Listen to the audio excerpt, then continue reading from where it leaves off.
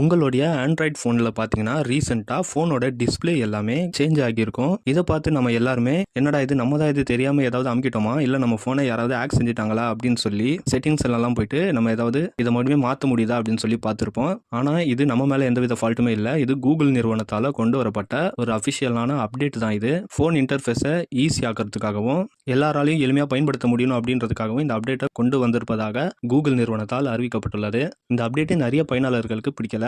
மறுபடியும் பழைய மாதிரி நம்மளோட ஃபோன் இன்டர்ஃபேஸை மாற்ற முடியுமா அப்படின்னு சொல்லி நினச்சிக்கிட்டு இருக்காங்க.